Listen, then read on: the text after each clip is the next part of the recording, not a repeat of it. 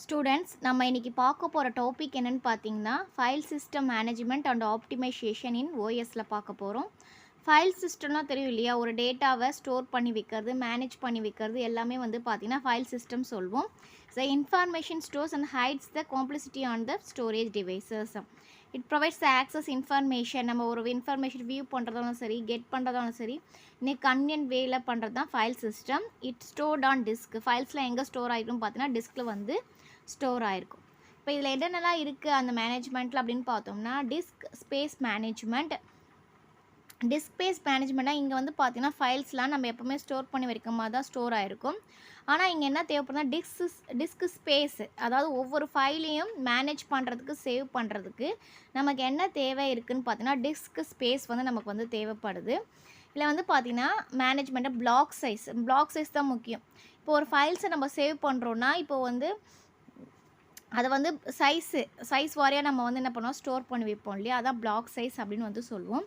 இப்போ இதில் என்ன ஒரு பிரச்சனைனா, இப்போ ஒரு ஃபைல்ஸ் வந்து ஃபிக்ஸ்டு பிளாக்ஸாக நம்ம கொடுத்துட்டோம்னு வச்சுக்கோங்களேன். ஃபிக்ஸ்டுனா ஒவ்வொரு ஃபைல்ஸ்க்கும் இவ்வளோ கேபி இல்லை இவ்வளோ எம்பி அப்படி இருக்கணும்னு சொல்லிட்டு நம்ம கொடுத்தோம்னா சில நேரத்தில் என்ன ஆகும்னா நம்ம வந்து ஃபைல் வந்து ரொம்ப லார்ஜாக இருந்தாலும் சரி, இல்லைனா லார்ஜாக இருந்துச்சுன்னு வச்சுக்கோங்க, என்ன ஆகும்னா நமக்கு ஸ்பேஸ் பத்தாது. ஓகேவா? அண்ட் தென் அதே ஃபைல் வந்து சின்னதாக இருந்துச்சுன்னா ஸ்பேஸ் வந்து வேஸ்ட் ஆகும். இந்த மாதிரி ப்ராப்ளம்லாம் இருக்குது இல்லையா, இந்த ப்ராப்ளத்தை ரெக்டிஃபை பண்ணுறதுக்கு தான் நம்ம என்ன பண்ணுறோம்னு பார்த்தீங்கன்னா ஃப்ரீ சைஸ் டிஸ்ட்ரிபியூஷன் அப்படின்னு வந்து கொடுக்குறோம். கரெக்ட் பிளாக் சைஸ் கொடுத்து சம் இன்ஃபர்மேஷன். அது எப்படின்னா, இப்போ வந்து பார்த்தீங்கன்னா கீப் ட்ராக்கிங் ஆஃப் ஃப்ரீ பிளாக்ஸில் எங்கெல்லாம் இருக்கோ அதெல்லாம் நம்ம என்ன பண்ணுறோன்னா நம்ம ஒன்று சேர்க்குறோம். ஓகேவா? Keeping track of free blocks. இப்போ எங்கெல்லாம் ஃப்ரீ இருக்குது, ஓகே இந்த ஃபைல் வந்து அந்த இடத்துல வந்து சேவ் பண்ணால் கரெக்டாக இருக்கும்னா அங்கே சேவ் பண்ணுறது. ஓகேவா? அந்த மாதிரி தான் நம்ம இது பண்ண போகிறோம். இதில் வந்து 2 மெத்தட்ஸ் வந்து நம்ம யூஸ் பண்ணுறோம். ஒன்று வந்து பார்த்தீங்கன்னா லிங்க் லிஸ்ட்டு, இன்னொரு மெத்தட் வந்து பார்த்தீங்கன்னா பிட் மேப் மெத்தட். 2 மெத்தட் வந்து யூஸ் பண்ணுறோம். ஓகே, இப்போ லிங்க் லிஸ்ட் மூலிமா பார்த்தீங்கன்னா என்ன பண்ணுறோன்னா, இப்போ எந்தெந்த இடத்துலலாம் வந்து பிளாக் வந்து ஃப்ரீயாக இருக்குது அந்தெல்லாம் ஹோல்டு பண்ணி வைக்கிறது. ஓகேவா? பிளாக் நம்பர் வச்சு ஹோல்ட் பண்ணுறது. ஃபார் எக்ஸாம்பிள் இந்த இடத்துல ஃப்ரீயாக இருக்கா, இதுக்கு ஒரு பிளாக் நம்பர் கொடுத்து இந்த இடத்த ஹோல்டு பண்ணி வைக்கிறது. அடுத்து எதாவது ப்ராசஸ் வரும்போது ஃபைல் சேவ் பண்ணி வைக்கும் போது இந்த இடத்துல ஃபிட்டாக இருந்தால் இங்கே, அங்கேருந்து பார்த்தீங்கன்னா வேறு எங்கே ஃப்ரீயாக இருக்குது, அந்த மாதிரி ஒரு கனெக்ஷன் மாதிரி கொடுக்கறது தான் பார்த்தீங்கன்னா லிங்க் லிஸ்ட்டில் நம்ம வந்து யூஸ் பண்ணுவோம். நெக்ஸ்ட்டு வந்து பார்த்தீங்கன்னா பிட் மேப் அப்படின்றதுன்னு பார்த்தீங்கன்னா ஃப்ரீ பிளாக்ஸ் வந்து என்ன ஒன்ஸு. இப்போ 1 இருந்துச்சுன்னா அது வந்து இதெல்லாம் பார்த்தீங்கன்னா ஃப்ரீ பிளாக்ஸ். ஓகேவா? 1 இருந்துச்சுன்னா ஃப்ரீ பிளாக், 0 இருந்துச்சுன்னா அது வந்து பிளாக் வந்து அலோகேட் ஆகிருக்குன்னு அர்த்தம். இப்போ அது மூலிமா எங்கெல்லாம் ஃப்ரீயாக இருக்கோ அங்கே வந்து நம்மளுடைய ஃபைல்ஸை வந்து நம்ம வந்து சேவ் பண்ணிக்கலாம். நெக்ஸ்ட்டு பார்த்தீங்கன்னா டிஸ்க் கோட்ஸ், அது மூலிமா பண்ணலாம். மல்டி யூசர் ஆப்ரேட்டிங் சிஸ்டமாக இருந்ததுன்னா இது வந்து டிஸ்க் கோட்ஸ் வந்து யூஸ் பண்ணுவாங்க. System administrator assigns each users a maximal element of files. இது டிஸ்க் கோட்ஸ்னால் ஒவ்வொருத்துக்கும் ஒவ்வொரு தனித்தனி கோட்ஸ் கொடுத்துருவாங்க. ஓகேவா? இப்போ வந்து பார்த்திங்கன்னா அந்த கோட்ஸ்குள்ளே தான் ஒவ்வொரு யூஸருக்கும் தனித்தனியாக இருக்கும். அந்த யூசர்ஸ் என்ன பண்ணுவான்னு பார்த்தீங்கன்னா அந்த கோட்ஸ்குள்ளே மட்டும்தான் யூஸ் பண்ணுவோம். அதோட வெளியில் தாண்டி நம்ம வந்து யூஸ் பண்ணக்கூடாது. அப்போ அந்த மாதிரி யூஸ் பண்ணுறதுனால நமக்கு என்ன ஆகுதுன்னு பார்த்தீங்கன்னா அதுக்குள்ளே எல்லா ஃபைல்ஸும் ஸ்டோர் ஆகிறதுனால நமக்கு வந்து ஸ்பேஸ் வந்து நிறைய கிடைக்கும். அண்ட் தென் இது வந்து பார்த்தீங்கன்னா பெர் யூசர் ஒவ்வொருக்கும் கோட்டா டேபிள்னு ஒன்று இருக்கும். அந்த கோட்டாஸில் ஒவ்வொரு ட்ராக்குக்கும் ஒவ்வொரு யூசருக்காக வந்து இவங்க வந்து டிக்ளேர் பண்ணுவாங்க. நெக்ஸ்ட்டு பார்த்தீங்கன்னா இப்போ வந்து நம்ம வந்து டிஸ்க் மேனேஜ்மெண்ட் பார்த்தோம் இல்லையா, நெக்ஸ்ட்டு வந்து ஃபைல் சிஸ்டம் பேக்கப்ஸுன்றதுன்னு நமக்கு தெரியும் இல்லையா, ஃபைல்ஸை வந்து நம்ம பேக்கப் எடுத்துப்போம். ஓகேவா? பேக்கப் எடுக்கும் போது என்ன ஆகும்னு பார்த்தீங்கன்னா நம்மளுடைய டேட்டா வந்து நம்ம எப்போ வேணாலும் எடுத்துக்கலாம். சில டைமில் பேக்கப் ஃபைல்ஸ் அப்படின்றது பார்த்திங்கன்னா டைம் கன்சியூமாக இருக்கும். ஏன்னா நம்ம ஒவ்வொரு ஃபைலும் பேக்கப் எடுக்கும்போது டைம் ஆகும்.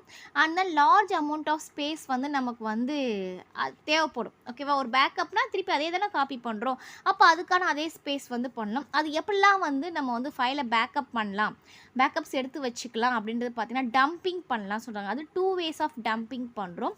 ஒன்று வந்து பார்த்திங்கன்னா ஃபிசிக்கல் டம்ப்பு, இன்னொன்று வந்து பார்த்திங்கன்னா லாஜிக்கல் டம்ப் அப்படின்னு இருக்குது. இந்த ஃபிசிக்கல் டம்ப் அப்படின்றது பார்த்திங்கன்னா பிளாக் வந்து 0லேருந்து ஸ்டார்ட் ஆகும். Right all the disk plus on the output டிஸ்கில் வந்து நம்ம என்ன பண்ணுவோம்னா ஆர்டர் பிரகாரமாக காப்பி பண்ணுவோம். ஓகேவா? பிளாக் 0 அப்படின்னா ஒரு குறிப்பிட்ட இடம் கொடுத்துருவாங்க, அந்த இடத்துல போய் நம்ம டம்ப் பண்ணி வைக்கும் போது நமக்கு வந்து ஸ்பேஸ் வந்து ஆகாது. இது ஃபிசிக்கல் டம்ப் அப்படின்னு சொல்லுவோம். அதான் ஃபைலை காப்பி பண்ணி வைக்கிறது த்ரூ தி டிஸ்க் மூலிமா நம்ம வந்து காப்பி பண்ணி வைக்கிறது. ஓகேவா? ஃபார் எக்ஸாம்பிள் பார்த்தீங்கன்னா ஹார்ட் டிஸ்கில் நம்ம காப்பி பண்ணாமல் சிடியில் டிவிடியில் அந்த மாதிரிலாம் பண்ணுறோம் இல்லையா, அதெல்லாம் பெஸ்ட் எக்ஸாம்பிள் தான். நெக்ஸ்ட்டு வந்து பார்த்திங்கன்னா லாஜிக்கல் டம்ப் அப்படின்றதுன்னு பார்த்தீங்கன்னா டம்ப் ஸ்டார்ட்ஸ் அட் இப்போ வந்து லாஜிக்கல் டம்ப் அப்படின்றது பார்த்தீங்கன்னா ஆல் ஃபைல்ஸும் நம்ம வந்து இது பண்ண தேவையில்ல. ஃபார் எக்ஸாம்பிள் இது பாருங்களேன், இப்போ இந்த டயக்ராம் இருக்கா, எனக்கு இந்த ஃபைல்ஸ் மட்டும்தான் தேவைன்னா அந்த டைரக்டரி நம்ம சேவ் பண்ண தேவையில்ல. ஓகேவா? அப்போ இந்த ஃபைல்ஸை மட்டும் நம்ம சேவ் பண்ணிக்கலாம்.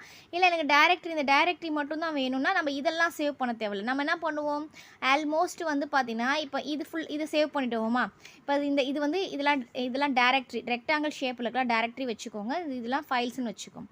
இப்போ எனக்கு டைரக்டரி இப்போ எனக்கு இந்த டைரக்டரி தான் தேவை. ஆனால் நம்ம என்ன பண்ணுவோம், எல்லாமே வந்து சேவ் கொடுத்துருங்க இல்லையா, பேக்கப் எடுத்துப்போம். அந்த மாதிரி இல்லாமல் எனக்கு எது பர்டிகுலராக தேவை, இப்போ இந்த டைரக்டரினா இந்த டைரக்டரி மட்டும், இந்த ஃபைல்ஸ்னால் இந்த ஃபைல்ஸ் மட்டும் நம்ம வந்து டம்ப் பண்ணி வைக்கிறதா லாஜிக்கல் டம்ப் அப்படின்னு வந்து சொல்வோம். நெக்ஸ்ட்டு வந்து பார்த்தீங்கன்னா file system consistency. File system இன்கன்சிஸ்டன்ட்னா இப்படி கன்சிஸ்டண்டாக அது கரெக்டாக இருக்கணும் இல்லையா, பர்ஃபெக்டாக இருக்கணும் இல்லையா. அப்போது ஒரு ஃபைலை எப்படி கன்சிஸ்டண்ட்டாக மெயின்டைன் பண்ணுறது அப்படின்னு பார்த்தீங்கன்னா த்ரூ பிளாக்ஸ் மூலிமா நம்ம ஏற்கனவே பார்த்தோம் இல்லையா. இப்போ ஒரு ஃபைல் வந்து கன்சிஸ்டன்ஸாக இருக்கா அப்படின்றத நம்ம எதை மூலிமா செக் பண்ணுவோம் அப்படின்னு பார்த்தோம்னா நம்ம பிளாக்ஸ் மூலமாக வந்து செக் பண்ணுவோம். இப்போ ஒரு 2 டேபிள்ஸ் இருக்குதுன்னு வச்சுக்கோங்களேன், அந்த 2 டேபிள்ஸில் வந்து பார்த்திங்கன்னா 1 containing a counter for each block ஏதாவது ஒன்று பார்த்தா இனிஷியலாக நம்ம 0ன்னு செட் பண்ணிட்டோன்னா அந்த ஃபைல் வந்து கன்சிஸ்டண்ட்டாக இருக்குதுன்னு அர்த்தம். இப்போ ஃபைல் வந்து ஒரு கன்சிஸ்டண்ட்டாக இருக்குது எப்படி கண்டுபிடிக்கணும்னா இங்கே வந்து பார்த்தீங்கன்னா to block constant program bills 2 tables each one containing a counter for each block. ஒவ்வொரு பிளாக்கும் நம்ம இனிஷியலாக செட் பண்ணிவிடுவோம். இப்போ வந்து ஏதாவது ஒரு பிளாக்கில் 1 அப்படி இருந்துச்சுன்னா ஒரு 2 டேபிள் நான் க்ரியேட் பண்ணுறேன்னு வச்சுக்கோங்களேன், அந்த 2 டேபிளில் ஏதாவது ஒரு டேபிளில் 1 அப்படின்றது ஸ்டார்ட் ஆச்சுன்னா அந்த ஃபைல் சிஸ்டம் வந்து நம்ம வந்து கன்சிஸ்டன்ட் அப்படின்னு வந்து சொல்லலாம். ஓகேவா? இப்போ ஃபார் எக்ஸாம்பிள் இப்போ பாருங்கள், இப்போ பிளாக் நம்பர் இருக்குது, இப்போ 2 டேபிள்ஸ் இருக்கா, இப்போ ஏதாவது ஒன்றுத்தில் either first table or second table ஏதாவது ஒன்று இதில் 1 இருந்துச்சுன்னா நமக்கு வந்து கன்சிஸ்டன்ட் சொன்னோன்னா, இப்போ ஃபார் எக்ஸாம்பிள் இந்த எக்ஸாம்பிளில் பாருங்கள், இந்த இடத்துல வந்து நமக்கு 1 இருக்குது, அப்போ இந்த பிளாக் வந்து நமக்கு வந்து consistent. If both the tables of 0 ரெண்டுமே 0 இருந்துச்சுன்னா இந்த வந்து ஏதோ ஒரு பிளாக், இப்போ ரெண்டுமே வந்து 0 இருந்துச்சுன்னா இந்த பிளாக்கில் ஏதோ ஒன்று மிஸ்ஸிங்காக இருக்குது அப்படின்னு வந்து நமக்கு வந்து தெரிஞ்சிடும். நெக்ஸ்ட்டு பார்த்தீங்கன்னா ஃபைல் சிஸ்டம் பெர்ஃபார்மன்ஸ். ஒரு பெர்ஃபார்மன்ஸ் எப்படி இருக்கும், நம்ம ஆக்சஸ் பண்ணும் போது மெமரியோடு அந்த டிஸ்க்கு ஸ்லோவாக இருந்துச்சுன்னா அப்போ அந்த பெர்ஃபார்மன்ஸ் வந்து கரெக்டாக இருக்காது இல்லையா.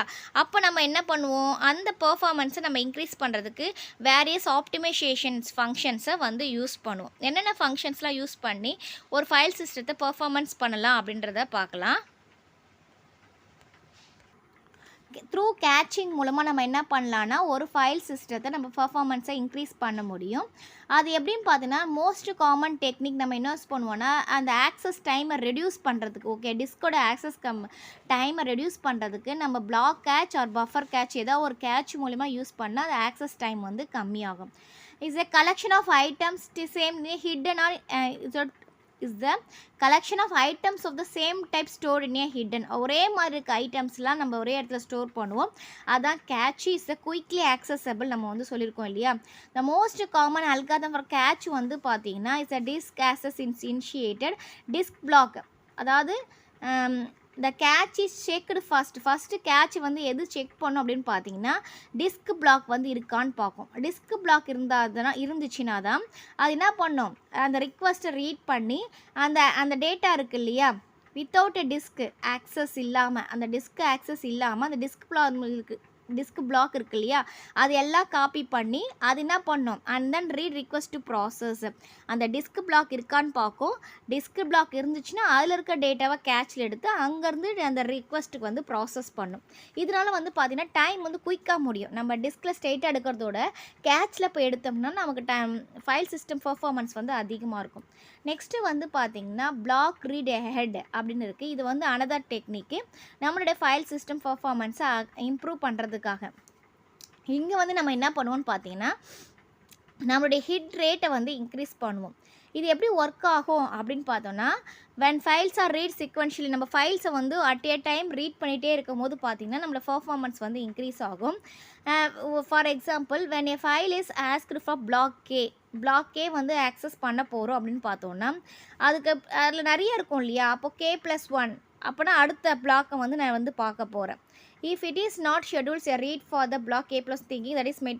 ஓகே, நான் வந்து கே ப்ளஸ் ஒன் எனக்கு தேவை இல்லைனா கூட அட் எ டைம் வந்து k plus one k plus two இல்லை வேறு தான் நான் ரீட் பண்ண போகிறேன்னா அப்போ இந்த மூலிமா நம்மளால் சீக்வென்ஷியலாக வந்து இது வந்து போயிட்டே இருக்கு இல்லையா, அப்போ வந்து பார்த்திங்கன்னா நம்மளோட சிஸ்டம் பர்ஃபார்மன்ஸ் வந்து இன்க்ரீஸ் ஆகும். நமக்கு இப்போலனா கூட அந்த அடுத்த ஃபைல் என்ன பண்ணோம் நம்ம பார்க்கும் போது அடுத்த ஃபைல் அதுக்கப்புறமா யூஸ் ஆகும்.